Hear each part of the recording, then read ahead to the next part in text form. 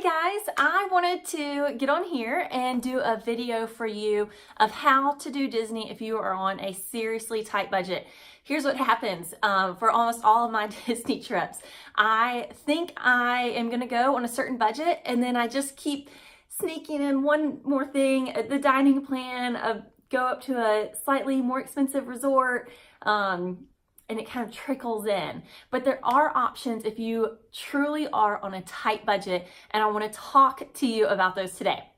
There are a few things to consider when you're on a tight budget that encompasses money in general. So you want to think about the dates that you visit, your transportation down to Disney, your transportation within Disney World, the resort you stay at, did I say that one already? Your tickets that you're getting, and I'm going to go through these.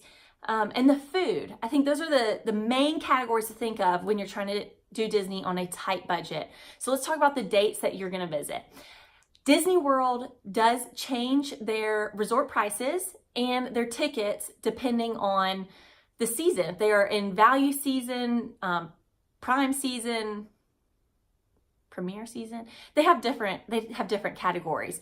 So one thing you can do is Google or ask me, especially if you're booking a trip with me, ask me what are the cheaper seasons to go. And they're kind of always changing too because the Disney crowds are fluctuating. It used to be that summer was a very busy season at Disney World, and it's kind of died down. Now fall is a really busy season. Obviously the holidays, Thanksgiving, Christmas, New Year's, those are going to be really expensive seasons. So think about the dates, and you can go and you can either have me research the numbers and give you quotes, or you can go in there and do that yourself and look at different options and run through different dates. You can also, on the Disney calendar, when you put them in, you can see that you can see the daily dates too. So one thing I try to do if I'm visiting Disney World on a tight budget is not stay on a Friday or Saturday night. Those prices are hiked up for the resorts when you're staying because it's a weekend, and obviously they hike up prices on the weekend, as most resorts do. So speaking of resorts, you can either stay on site at Disney World or off site. This is one of those things where I'm like, well, let me look at off site because I think it could be cheaper. And then I always kind of end up staying on site at Disney World. For me and my family, it doesn't balance out. But if I'm on a super strict budget and you're on a super strict budget, you might find that you can save money staying off site. And I'm going to give y'all a video. I'm going to do a video for y'all staying on site versus off site. Try to be as non-biased as possible, obviously, though I love staying on site and I always end up staying on site anyway. But look at your off-site options. Disney World also has Good Neighbor hotels that could be cheaper. And these are hotels where you can stay and you still get some of the benefits of staying on property, such as you can book fast passes 60 days in advance. You could, what are the other options? I'd have to think of those for you. So anyway, they're offsite. There are Disney resort properties and you get all the Disney benefits, and I'm going to do a video for y'all about those. And then there are Good Neighbor Disney hotels, and these do give you some benefits of staying on site. It's not officially, this hotel is not run and operated by the Walt Disney World Company or Walt Disney Company, but they do give you some benefits such as the 60-day fast pass. And you can book your fast passes 60 days in advance instead of 30. They also offer some extra magic hours that the on-site guests get to have. And then the last category would be completely off-site. You are not a Disney Good Neighbor hotel. You're just a completely different hotel. And then Airbnb. And again, I'm going to do a video for y'all because I have found that once I add parking and booking and fees, I always end up on-site anyway. But if you're on a tight budget, you might find that staying off-site is cheaper for you. And I'm still happy to book that for you and help you plan your trip. All right, tickets. So tickets with Disney World, the prices are changing every day. So watch the ticket prices. One thing that Disney offers is you can go on their site, and I can do this for you. You go on their site, and you see what days are tickets cheapest, and they actually have a link where it's like, you want to know what days are the cheapest dates, and it will say like February of 2019 that these are the cheapest days, and you can click that and see the ticket cost per day. You can put in there on the Disney site, you can say, we want 4 days at the parks, and we want to do one park a day. We don't want to park hop. We don't want to go different parks a day. And it will show you the calendar and the ticket price per day. And then if you scroll down, it'll tell you the total price for your ticket. So the more days you stay, the more days you visit the parks, the cheaper your ticket is per day. Obviously, your ticket is going to be more expensive if you stay 5 days instead of 3 days, but the price per day that you're paying, it dramatically drops. So that's something to consider too. Another thing to consider with tickets is every once in a while, like this spring or winter, Disney released a special ticket option. It's a discounted ticket, and it was called the 4-Park Magic Ticket.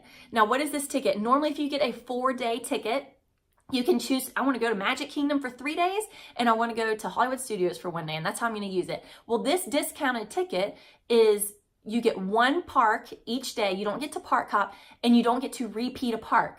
So you can't go to Magic Kingdom twice and then Hollywood Studios and Animal Kingdom. Or you have to go to, the only way you can use this ticket is Magic Kingdom 1 day, Epcot 1 day, Hollywood Studios 1 day, Animal Kingdom 1 day. But it's a discounted ticket. We're actually taking advantage of that. I have an annual pass, but my family is going soon, and we're taking advantage of that for my mom and my 3 kids because we were going to do 1 park per day anyway. We don't need the park hopper option, so we might as well save money by doing this ticket option.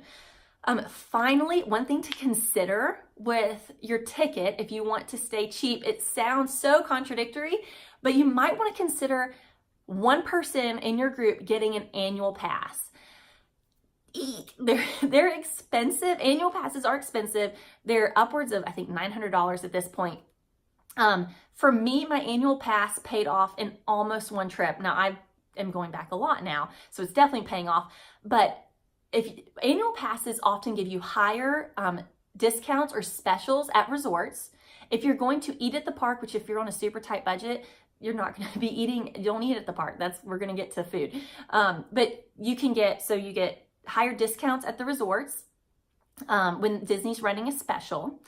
You can get discounts at table service restaurants, which you might do if you don't want to pack 3 meals a day to the park.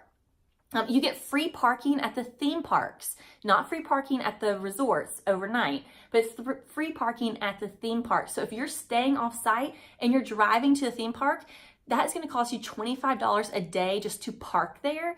And so you would be saving that. So if you're doing a 5-day trip, you're doing 5 days at the parks, you're saving $125. So take that out of your annual cost or your annual pass budget already. So those are a few of the savings that you can go ahead and work in, and only one person needs those annual pass. Only one person would need an annual pass to get those discounts for your entire party. Now, if you drive 2 different cars, if you have a large party and you're driving 2 different cars to the theme parks each day, only one of those cars would get the free parking because whoever is in your car with the annual pass. Let's see, food. So I briefly talked about food. If you were going to Disney on a for real tight budget, okay, I keep saying that because I go to Disney on a budget and then I'm like, well, and again, like I said, I trickle in more expenses. But I have done Disney on a seriously tight budget, and I'm so proud of myself. I did not spend 1 penny when I went to Disney World. It was in my college years, and I thought I was awesome. But it is possible. So food. One option for food the option for food, if you really are on a tight budget, is to pack your food when you go. You can bring in food. You can even bring in soft coolers. Just make sure you don't have loose ice in the cooler. And we did that with my family. I've done it multiple trips for myself. I've done it for my kids' trips. We eat a breakfast before we leave. That could be like a granola bar in the room or some other bars. We pack, every kid has a snack bag, a plastic gallon Ziploc bag where there are just tons of snacks in there. We freeze those little yogurt pouches overnight in the freezer and then put them in their snack bag and they thaw out and they can have their yogurts. We do these Hawaiian Swiss rolls. Maybe I'll give you all the link to that, which it makes you it's not just like a dry sandwich. They're really good. We bake them in the oven either before we leave for the trip, or if we're staying in an Airbnb that has a kitchen, I could make those. We pack the lunches. So you can eat your breakfast before, you can pack tons of snacks. You can pack your lunches. You can even pack your dinner. I have found that by the time you get to dinner, it's like, give me a real meal. So if you want, you could go get a hot meal at a quick service restaurant. That's going to run you about $15 per person. But again, if you're on a tight budget, don't get a drink, just get the entree, and that's probably enough. And you can have your own sides that you brought, applesauce pouches for the kids. Those are so good. And you get free ice water at all throughout Disney World. You can go into any quick service restaurant or a kiosk and just ask for ice water, and it's free. So you could do quick service for dinner. You could pack your dinner, but you could do quick service for dinner, or you could do a table service. And this is where, again, that annual pass might come in handy, because you get a discount at a lot of table service restaurants with the annual pass. Another thing to consider is, I'm debating if I should tell y'all this. You can go to Target, I got a Target Red Card, the debit one, not the credit one, but you can go to Target, get a Target Red Card just for the purpose, I mean, if you want to use it for other things, feel free, but just for the purpose of purchasing Disney gift cards. And this can also help pay off your Disney trip. When you want to pay for your trip, you can give me your Disney gift cards and we can run those through. Here's why this saves money. When you go buy a $100 gift card, and I try to pay everything with Disney gift cards now, because it adds up. So you can go buy a $100 gift card at Target, and you save, if you're using your Red Card, you're paying $95 for a $100 gift card. And then you can pay for your entire reservation with those gift cards. So you're saving 5% on your entire Disney vacation. Everything that you pay with a Disney gift card, you're saving 5%. Add it on to having an annual pass and you're eating out table service and you're saving money on that. If you're gonna buy any merchandise and you're using your annual pass where you get a discount and you're using a gift card, you're getting a higher percentage off. So if you're doing a $2,000 Disney vacation, you're saving $100. That's 5%. If you're doing $1,000, you can do the math. If you're doing $1,000 vacation, you're saving $50. So it can add up. I know it feels like my husband will be like, is this worth you like going to Target and getting all these gift cards? Yeah, I'm trying to save money, and it adds up. It really adds up. So consider getting a Red Card, a Target Red Card. I would recommend the debit one that comes straight from your bank account. One other option is, I know BJ's, the wholesale store that's like Costco and Sam's. We don't have a membership to that, but they sometimes have discounted discounted Disney gift cards. Or you can get them, and I know if you're using your credit card and you get 2% back on your credit card, this is getting like so economical. I'm not an economics person, financial major, but you are getting 2% back on your credit card and you're getting the discount. You could save 5 or 7%. You'd have to do the math. I don't have a membership to BJ's to tell you, but that's another way to look at it. Well, we're getting money back on our credit card. We're getting 2% back on our credit card, and we're getting the 5% off at BJ's. We're actually saving 7%. And let's go use those Disney gift cards to book our Disney vacation, which you can do if you're booking with me or if you're booking on your own, but book with me. Okay. And then finally, transportation. How can you save money on transportation? Well, if you're flying to Disney, these are the things I think of. Southwest, y'all know this. Southwest, you get free luggage. So if you're a heavy packer and you're like, I need all the things when I go to Disney World, and especially if you have kids and you need all the things, you do need all the things, consider Southwest, because you get two free bags. It's awesome. And it's just great service, and we love Southwest.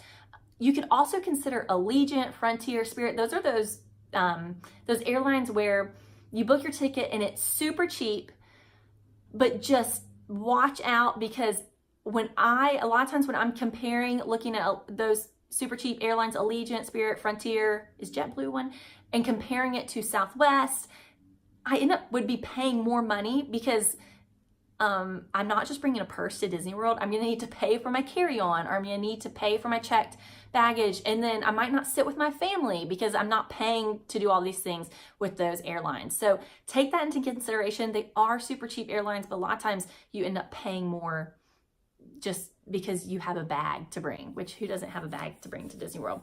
Disney World has the free Magical Express, which is the free transportation that Disney provides on their Magical Express buses from the airport to your resort. And it's awesome. It's 100% free. You don't even have to pick up your bags from baggage claim. They do that for you. If you have to, though, pre-sign up for this. It's a free service, but you do have to have a reservation for it and put special tags on your luggage so that they pull it from baggage claim, and then you go play and the bags show up in your hotel room. It's pretty awesome. So again, all of that is free.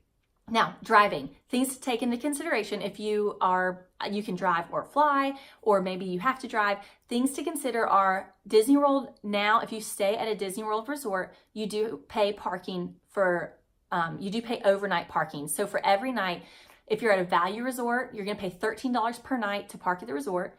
If you are at a moderate resort, and we'll have videos about all those too, value versus moderate versus deluxe. If you stay at a value resort, it's $13 per night. A moderate resort, your parking is $19 per night. And a deluxe resort, your parking is $24 per night. So those are things to consider. And if you have an annual pass, you may be like, well, I get to park